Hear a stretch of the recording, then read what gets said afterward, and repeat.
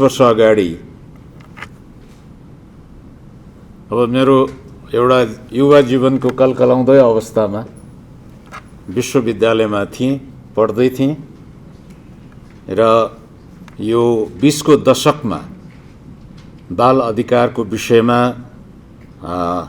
मलाई अलि चेतना भयो र मेरो पढाइको सन्दर्भमा मैले थिसिसहरू पनि यही विषयमा लेख्न थालेँ र हुन त यस विषयमा 1980 को दशकदेखि नै हामीले अनौपचारिक गतिविधिहरू सञ्चालन गर्दै आएका थियौँ। तर 85 मा पुग्दाखेरि खास गरी संयुक्त राष्ट्र सङ्घको बाल अधिकार महासन्धिको मसौदाको बारेमा छलफल हुन थालिसके पछाडि मैले त्यसमा राष्ट्रिय अन्तर्राष्ट्रिय सहभागिता निर्वाह गर्ने, त्यसमा प्रतिनिधित्व गर्ने कामहरू भइसके पछाडि वास्तवमा बाल अधिकार महासन्धिको सुरुवातको दिनदेखि नै म कुनै न कुनै अवस्थाबाट गाँसिएको थिएँ। हुन त बाल अधिकार महासन्धिको औपचारिक संयुक्त राष्ट्र सङ्घबाट अनुमोदन 1989 मा भएको, तर यसको 2 वर्ष अगाडि नै हामीले सिविन स्थापना गरिसकेका थियौँ। देशको राष्ट्रिय एउटा बाल अधिकार सम्बन्धी अभियानको रूपमा। त्यति सजिलो थिएन, एउटा प्रजातान्त्रिक वातावरणहरू पनि थिएन, लोकतान्त्रिक वातावरण पनि थिएन। सरकारले बाल अधिकारलाई अङ्गीकार गरिसकेको अवस्था पनि थिएन।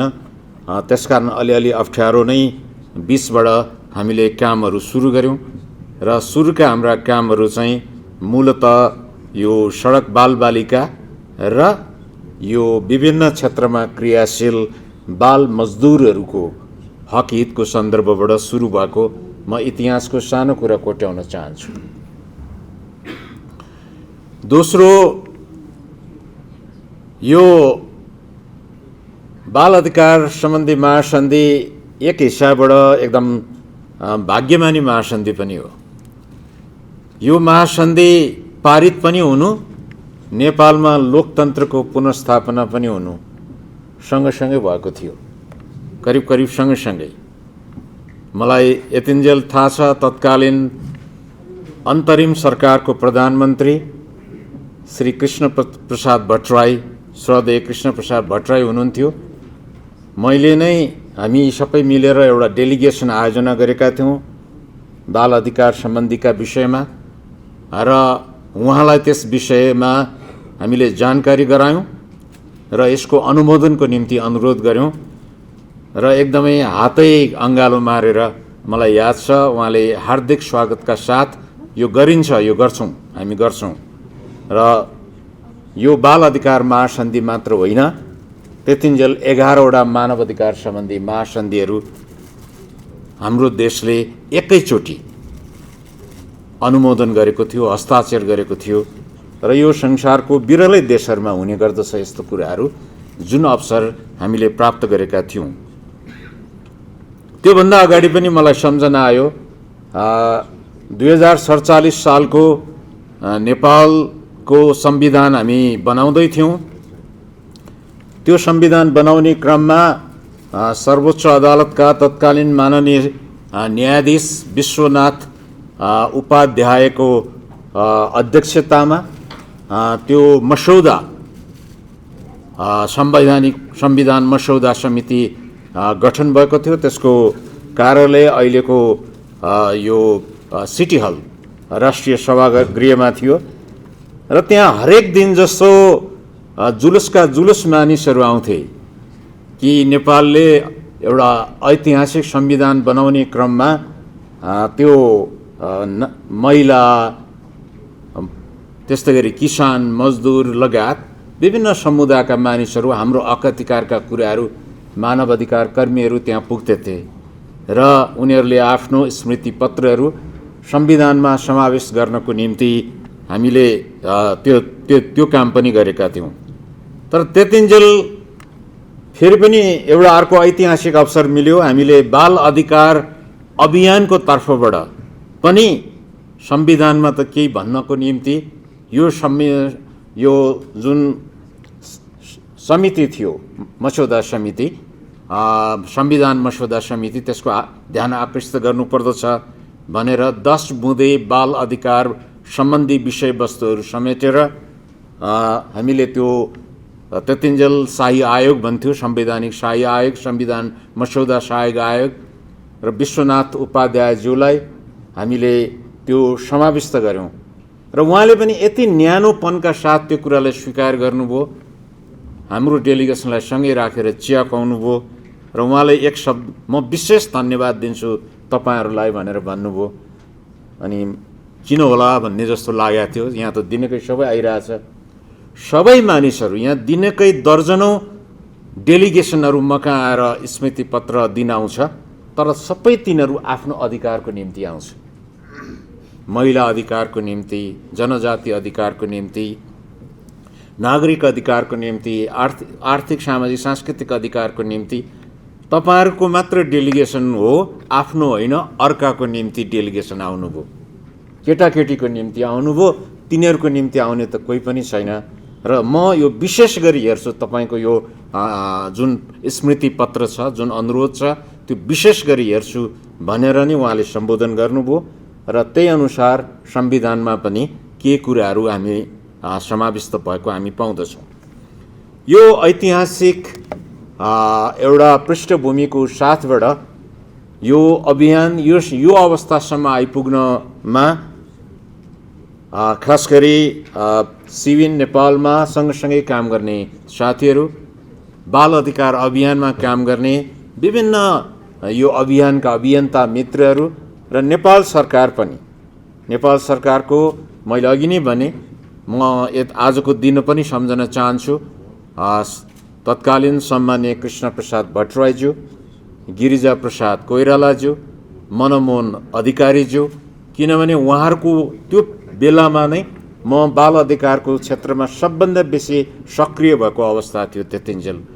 उहाँहरू सबैले यो बाल अधिकारलाई अंगीकार गर्नको निम्ति त्यति मात्र होइन, नेपाल सरकारको तर्फबाट तर्जुमा गर्नुपर्ने नीति कार्यक्रम लगायतका थुप्रा सवालहरूमा मलाई सहयोगको निम्ति आह्वान हुन्थ्यो र राष्ट्रिय योजना आयोगसँग विभिन्न मन्त्रालयहरूसँग बसेर काम गरेको अनुभवहरू मलाई छ र त्यसकारण पनि उहाँहरूलाई विशेष धन्यवाद दिन चाहन्छु। अब त्यस पछाडि त ठुल्ठुलो परिवर्तनहरू देशमा भयो हैन, देशमा लोकतन्त्रको पुनर्स्थापना भयो, संघीय लोकतान्त्रिक गणतन्त्र नेपालको स्थापना भयो र त्यस पछाडि बाल अधिकार सम्बन्धी व्यापक रूपमा रूपान्तरण अभियानहरू अगाडि बढेको हामी सबैलाई थाहा छ। यो त हामीले यो विटनेस गरेको कुराहरू नै भयो। यो तर त्यतिन्जेल गरेको अर्को एउटा महत्त्वपूर्ण कुरा चाहिँ के थियो भने, म केही साथीहरूलाई पनि देख्दछु र केही साथीहरू हामीबाट टाढा भइसक्नु भएको छ। त्यो चाहिँ 2004 सालको कुरा थियो। सन् 2004 सालमा नेपाल सरकारले एउटा बालबालिका सम्बन्धी 10 वर्षीय कार्ययोजना तर्जुमा गर्नको निम्ति एउटा राष्ट्रिय समिति गठन गर्यो र त्यो राष्ट्रिय समितिको चाहिँ नेतृत्व मैले गरेको थिएँ। त्यो चाहिँ हामीले 2004 मा तर्जुमा गरेर 2005 देखि 2015 सम्मको निम्ति 10 वर्षीय कार्ययोजनाहरू बनाएका थियौँ र यो 10 वर्षीय कार्ययोजना बनाउनमा युनिसेफ नेपालदेखि लिएर तत्कालीन विभिन्न राष्ट्रिय अन्तर्राष्ट्रिय सङ्घ संस्थाहरू, राष्ट्रिय योजना आयोगको ठुलो सहयोग पनि थियो र त्यो 10 वर्षीय कार्ययोजनाले मूलतः बालबालिकाको बाल अधिकारको हामी सबैलाई थाहा भएको यो 4 baskets of children's rights, child rights भन्ने जुन कन्सेप्ट छ, त्यो अनुसार चाहिँ हामीले सर्भाइभल, प्रोटेक्सन, डेभलपमेन्ट र चाइल्ड पार्टिसिपेसन यो 4वटा कुराहरूलाई फोकस गरेर चाहिँ हामीले 10 वर्षीय कार्ययोजना तर्जुमा गर्यौँ र यो तर्जुमा गर्दाखेरि खालि योजनाको निम्ति योजना मात्र होइन, स्ट्र्याटेजिक प्लानहरू, त्यसको चाहिँ एउटा लक फ्रेमहरू नै तयार गरेका थियौँ हामीले। त्यो कुन कुन विषय हो, कसले सम्बोधन गर्ने हो र त्यसको निम्ति कति बजेट चाहिने हो र त्यो सब पनि कसरी बाँडफाँड गर्ने हो। त्यसमा मूलतः राष्ट्रिय दायित्वको कुराहरू हो, तर अन्तर्राष्ट्रिय सहयोगहरू पनि त्यसमा प्राप्त भएको थियो र 10 वर्ष कार्ययोजना हामीले सम्पन्न गर्यौँ। मलाई लाग्छ आजको सिविनको यो सन्दर्भ मलाई उहाँहरूले भन्नुभएको चाहिँ यसलाई अब नेपाल सरकारले फेरि अर्को एउटा 10 वर्षीय कार्ययोजना तर्जुमा गर्दैछ। योभन्दा अगाडिको राष्ट्रिय गोष्ठीहरूमा पनि मैले नेपाल सरकारलाई अनुरोध आह्वान गरेको थिएँ कि यो 10 वर्षीय कार्ययोजनाहरू चाहिँ निरन्तर हुन जरुरी छ र बालबालिका सम्बन्धीका उपलब्धिहरू जुन छ स्वास्थ्य क्षेत्रमा, शिक्षा क्षेत्रमा, बाल संरक्षणको क्षेत्रमा, बाल सहभागिताको क्षेत्रमा नेपालले उपलब्ध गरेका ऐतिहासिक उपलब्धिहरू जुन छ र त्यसलाई निरन्तरता दिनको निम्ति, त्यसलाई गतिशीलता दिनको निम्ति, त्यसलाई एउटा भनौँ न त्यसको सस्टेनेबिलिटीको निम्ति, निरन्तरताको निम्ति चाहिँ नेपाल सरकारले त्यसमा प्राथमिकताहरू दिन जरुरी छ। अब हुन त नेपाल सरकार थुप्रै योजनाहरूले थिचेको छ। हामीसँग थुप्रै योजनाहरू छ। 15औं पञ्चवर्षीय योजना छ। मलाई लाग्छ यो 2019-2023 सम्मको 15औं पञ्चवर्षीय योजना। 15औं पञ्चवर्षीय योजनाले एउटा समृद्ध नेपाल र सुखी नेपालीको परिकल्पना गरेका छन् र त्यसमा चाहिँ मूलतः यो 6वटा यो समृद्ध नेपालका सूचकाङ्कहरू छन्। 4वटा सूचकाङ्कहरू, 6वटा चाहिँ यो सुखी नेपालीका सूचकाङ्कहरू छन्।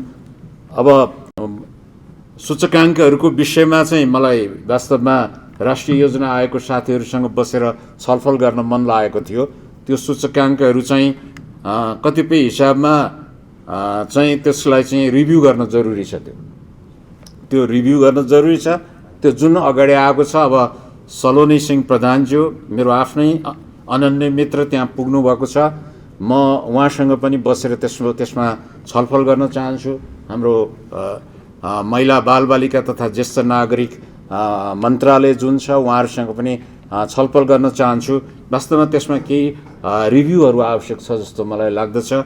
हुन त त्यतिन्जेल पनि हामीले जुन इनपुटहरू दिएका थियौँ त्यो इनपुटहरू सबै त्यसमा पर्न पनि सक्दैन। अब सरकारको प्राथमिकतामा हजारौँ त्यस्ता इनपुटहरू आएका हुन्छन्।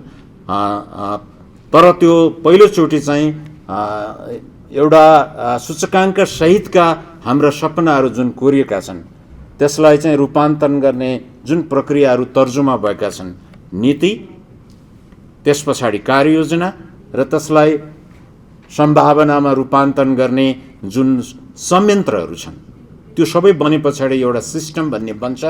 त्यो कुरा अगाडि बढ्नको निम्ति नेपाल सरकारले जुन प्रयत्नहरू गरिरहेछ त्यसमा हामी सबैले हैँसे भन्न अति आवश्यक छ। तर म केही अगाडिदेखि एउटा कुराको मैले पैरवी गरिराखेको छु। मलाई लाग्छ पक्कै पनि राष्ट्रिय मानव अधिकार आयोग र राष्ट्रिय योजना आयोगमा हाम्रो नागरिक समाजकै प्रतिनिधित्व सलोनीजी हुनुभएकोले त्यसमा चाहिँ उहाँहरूको साथ पक्कै पाउने छु भनेर मलाई लागेको छ। राष्ट्रिय गौरवको योजना भनेको के हो? केलाई राष्ट्रिय गौरवको योजना भन्छ? हामी कहाँ अलि लामो समयदेखि राष्ट्रिय गौरवको योजना भन्दैछ। राष्ट्रिय गौरवको योजना चाहिँ नेपालमा कसलाई भन्छ भने अलि धेरै मेगावाट बिजुली उत्पादन गर्छ भने, अलि ठुलो राष्ट्रिय राजमार्गहरू बन्छ भने, अलि ठुला प्रोजेक्टहरू सञ्चालन हुन्छ भने र त्यसमा ठुला मान्छेहरूको नामसँग जोड्यो भने त्यो चाहिँ राष्ट्रिय गौरवको योजना हुँदो रहेछ।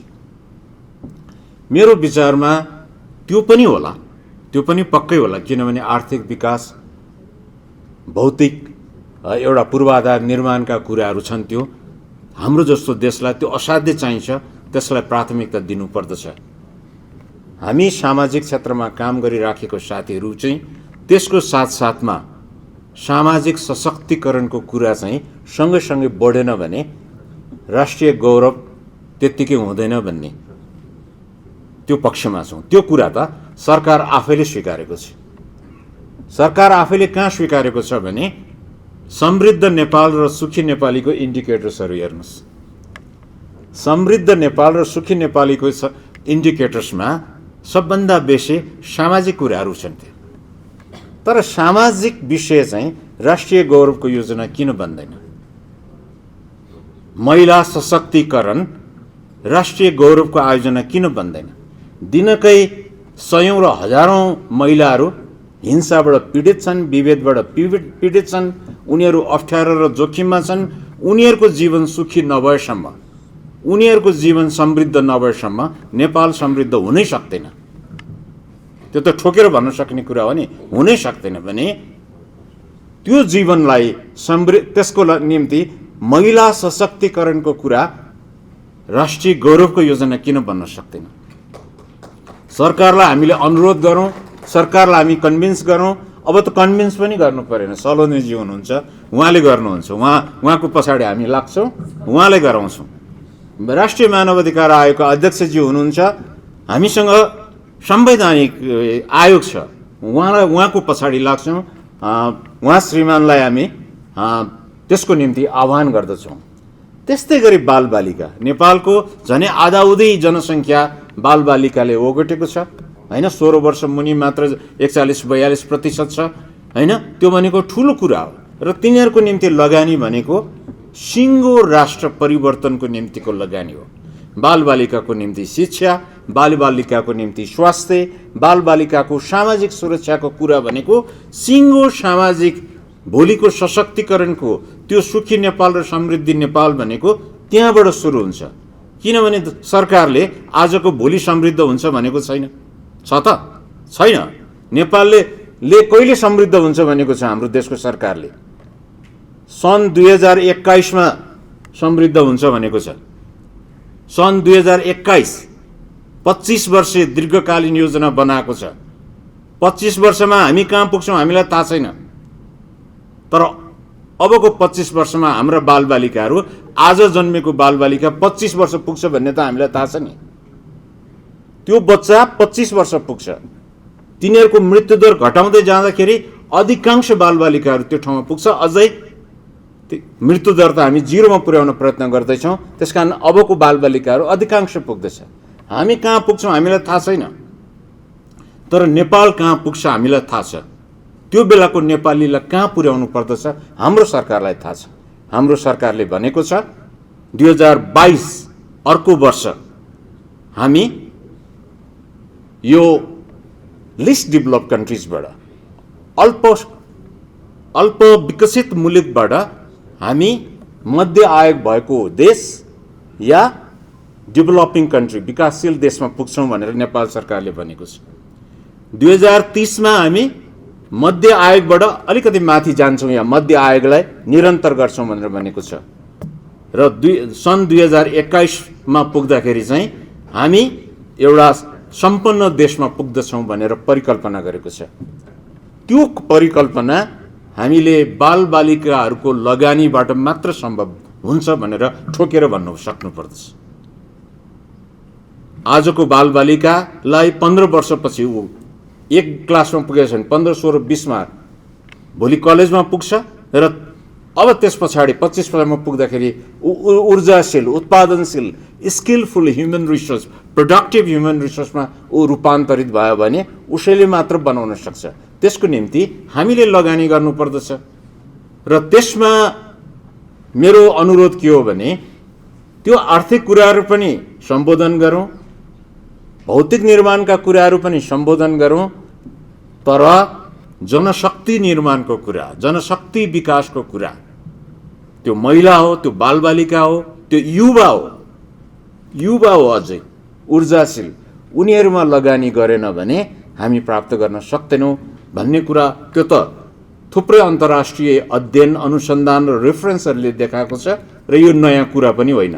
तर हाम्रो लागि हामीले सुरु गर्ने चाहिँ यो नयाँ तरिकाबाट गर्न जरुरी छ। त्यसको निम्ति हामीले जुन 10 वर्ष कार्ययोजना अब बनाउँदैछौँ, मलाई लाग्छ त्यो त हामीलाई थाहा छ, त्यो 3-4 वटा कुरासँग जोड्नु पर्दछ। एउटा 15औं पञ्चवर्षीय योजनासँग जोड्नु पर्दछ। दोस्रो, हामीले 2016 देखि 2030 सम्मको निम्ति दिगो राष्ट्रिय विकास लक्ष्य एसडिजी प्लान स्ट्राटेजिक प्लान बनाएको छौँ, त्योसँग जोड्नु पर्दछ। अब 10 वर्ष बाँकी छ। हामीले ठ्याक्कै यो 10 वर्ष र बालबालिकाको बाल अधिकार सम्बन्धीको जुन हामीले राष्ट्रिय कार्ययोजना ल्याउँछौँ त्यसलाई सँगसँगै जोडेर लानु पर्दछ। त्यस पछाडि हामीले अरू थुप्रै 10 वर्षीय कार्ययोजनाहरू बनाएका छौँ। अहिले भर्खरै अपाङ्गतामा बाँचेका मानिसहरूको निम्ति 10 वर्षीय कार्ययोजना तर्जुमा हुँदैछ, भएका छन्, त्योसँग जोड्नु पर्दछ हामीले, हैन। र त्यस्तै गरी बाल श्रम विरुद्धको एउटा मास्टर प्लान गुरु योजना बनेको छ, त्योसँग जोडेर अगाडि बढ्नु पर्दछ हामीले। हाम्रो एउटा चलन के छ भने एउटा योजना बनायो त्यसपछि बिर्स्यो त्यसलाई, अर्को योजना बनायो, अर्को महत्त्वपूर्ण कुरा अगाडि आउँछ हामी कहाँ। त्यसकारण हात्ती हिँड्दैछ पाइला मेट्दैछ त्यो संस्कारलाई छोडेर हामीले एक एकवटा कुराहरू जोड्दै जोड्दै जोड्दै अगाडि लग्यौँ भने हाम्रो लक्ष्य पक्कै पनि पुरा हुन्छ। र यो 10 वर्षीय कार्ययोजनाको सन्दर्भमा विगतको त्यो 10 वर्षीय कार्ययोजनाले पक्कै पनि हाम्रो यो बाल अधिकार राष्ट्रिय परिषद या मन्त्रालय र राष्ट्रिय योजना आयोग उहाँहरूको नै समन्वय हुनुपर्दछ। र त्यो कुरालाई हाम्रो आफ्नो अनुभव, हाम्रो आफूसँग भएको सूचनाहरू, त्यो सबै सम्पूर्ण कुराहरू हामी नेपाल सरकारलाई म आफ्नो तर्फबाट भन्न सक्दछु। म निःशुल्क रूपमा भोलुन्टियरी स्वयंसेवक रूपमा त्यसमा सेवा गर्न तयार छु, किनभने त्यो बालबालिकाको निम्ति चाहिने कुराहरू हो। त्यो प्राथमिकताका साथ अगाडि बढौँ र त्यो प्राथमिकताका प्रायोरिटिज लिस्टहरू तर्जुमा गरौँ। र अहिलेसम्म केही घटनाक्रमहरू चाहिँ हामीले हाम्रा लक्ष्यहरू कतिपय प्राप्त भएका छन्, कतिपय प्राप्त भएका छैनन्। हामी कतिपय यो बालबालिका सम्बन्धीका लक्ष्यहरूमा झनै केही विषयहरूमा 80-90 सम्म पुगेका छौँ। केही हामी 80 र 60 को बिच, 60 र 80 को बिचमा छौँ र केही चाहिँ 50-60 को बिचमा अल्झिराखेका छौँ। यो 50% को बिचमा अल्झिएको विकासले हामीलाई त्यो दिगो विकासमा पुर्याउँदैन थियो। र नेपाल यस्तो अवस्थामा छ, भोलि भन्ने अवस्था नै छैन हामीसँग। यति धेरै रफ्तारका साथ काम गर्नुपर्दछ। तर कहिलेकाहीँ सरकारको प्राथमिकताहरू अन्ततिर छचल्किएको हो कि भन्ने मलाई समयमा लाग्दछ। यो राजनैतिक द्वन्द्व अन्य कुराहरूले गर्दाखेरि विकासका कतिपय गतिविधिहरूमा असर परेको छ। यो विगतमा पनि हामीले भोग्यौँ। विगतमा भोगेका 10 वर्षीय सशस्त्र द्वन्द्वको कारणबाट प्रभावित नेपाल, त्यस बावजुद पनि प्राप्त भएका जुन उपलब्धि हो त्यो चाहिँ मान्नुपर्दछ। फेरि देशमा राज्य नै छ कि छैन भन्ने अवस्था पुगिसक्यो। बालबालिकाको निम्ति खोप दिन गाह्रो थियो। खोपमा गएका मानिसहरू नै गाउँमा पुग्न सक्ने अवस्था थिएन। मानव अधिकारको तर्फबाट हामी नै त्यसलाई समन्वय गर्दै थियौँ, हैन। त्यो बेलाका क्रान्तिकारी साथीहरूसँग हामीले भन्यौँ कि अरू तपाईँहरूको कामहरू गर्नुहोस्, बालबालिकालाई खोप लगाउन त रोक्न पाउँदैन, तपाईँले पनि रोक्न पाउनुहुन्न, तपाईँलाई अधिकार छैन, यो क्रान्ति विरोधी कुरा हो भनेर म आफैले भनेको छु। तिनीहरूसँग तपाईँ क्रान्ति गर्नुहुन्छ भने, यसलाई रोक्नुहुन्छ भने यो क्रान्ति विरोधी कुरा हो, किनभने भोलि बच्चाहरू बिरामी हुन्छन्, मर्छन्। अब त्यस पछाडि सचेत भयो कि के हो, कतिपय ठाउँमा उहाँहरूले आफैले ब्यानर राखेर खोप आउने टोलीलाई स्वागत छ भनेर राखेको पनि देख्यो। मलाई ढुक्क भएको थियो। यो ओहो, वास्तवमा यो संवादले, छलफलले कति राम्रो गर्दो रहेछ भन्ने कुरा। त्यो कुरा 2005मा आएर एउटा रूपान्तरित पनि भयो। नेपालमा असाध्यै म्यासिभ खालको एउटा सशस्त्र द्वन्द्व थियो, म्यासिभ खालको द्वन्द्व। हरेक दिन कतिजना मान्छे मर्दैछ भनेर गर्नुपर्ने अवस्था थियो। हरेक दिन कहाँ बम फुटेको छ भनेर गर्नुपर्ने अवस्था थियो। स्कुलहरू ब्यारेकमा रूपान्तरित थियो। त्यो सबै अवस्थाबाट 10 वर्ष पछाडि विस्तृत शान्ति सम्झौता हुनु भनेको त अचम्मको कुरा हो नि। जुन श्रीलङ्कालाई 30 वर्ष लाग्यो, 30 वर्ष लाग्यो। यति धेरै मानिसहरू मारिए त्यहाँ, हैन। त्यो हिसाबबाट त मलाई यो राजनीतिक नेताहरूलाई पनि सम्मान गर्न मन लाग्दछ। तर सत्तामा पुगेपछि फेरि के हुन्छ थाहै हुँदैन, हैन। त्यो त अर्को कुरा भयो, हैन। तर जे होस्, विस्तृत शान्ति सम्झौताले खोलेको ढोकालाई, त्यसलाई तार्किक निष्कर्षमा, रिजल्ट ओरिएन्टेड लजिकल एन्ड भन्छ नि, त्यसमा पुर्याउने कुरामा हामी अलि पछाडि पर्यौँ। र त्यो चाहिँ हामीले दबाब दिनुपर्दछ नेपाल सरकार, पक्ष प्रतिपक्ष राजनीतिक पार्टीहरूलाई। अब अन्तको अन्तमा म के भन्न चाहन्छु भने यो आजको दिन हामी दोस्रो दिन पनि हो यो कि यो 16 दिने महिला विरुद्धको हिंसा सुरु भएको छ। यसमा हामी सबैले ऐक्यबद्धता जनाउनु पर्दछ, यो अभियानमा अगाडि बढ्नु पर्दछ। राष्ट्रिय मानव अधिकार आयोगले हिजो मात्र कार्यक्रम सम्पन्न गरेको मैले सूचनाको माध्यमबाट थाहा पाएँ। विभिन्नले अगाडि बढिराखेको छ। अब सिविन लगायत साथीहरू चाहिँ बालबालिकाको क्षेत्रमा काम गरिराखेको भएकोले बालिका हिंसा पनि त्यत्तिकै जटिल छ भन्ने कुरा बुझ्नु पर्दछ। त्यो अन्त जानै पर्दैन।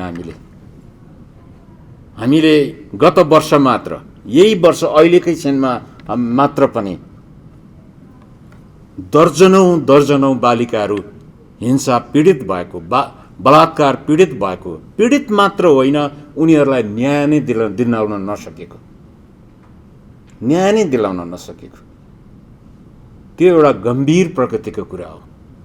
मलाई थाहा छ, म विद्यार्थी त्यहाँ त्यतिन्जेल विद्यार्थी यो विश्वविद्यालयमा त्यतिन्जेल पनि हामीले नेपाल हल्लाएका थियौँ।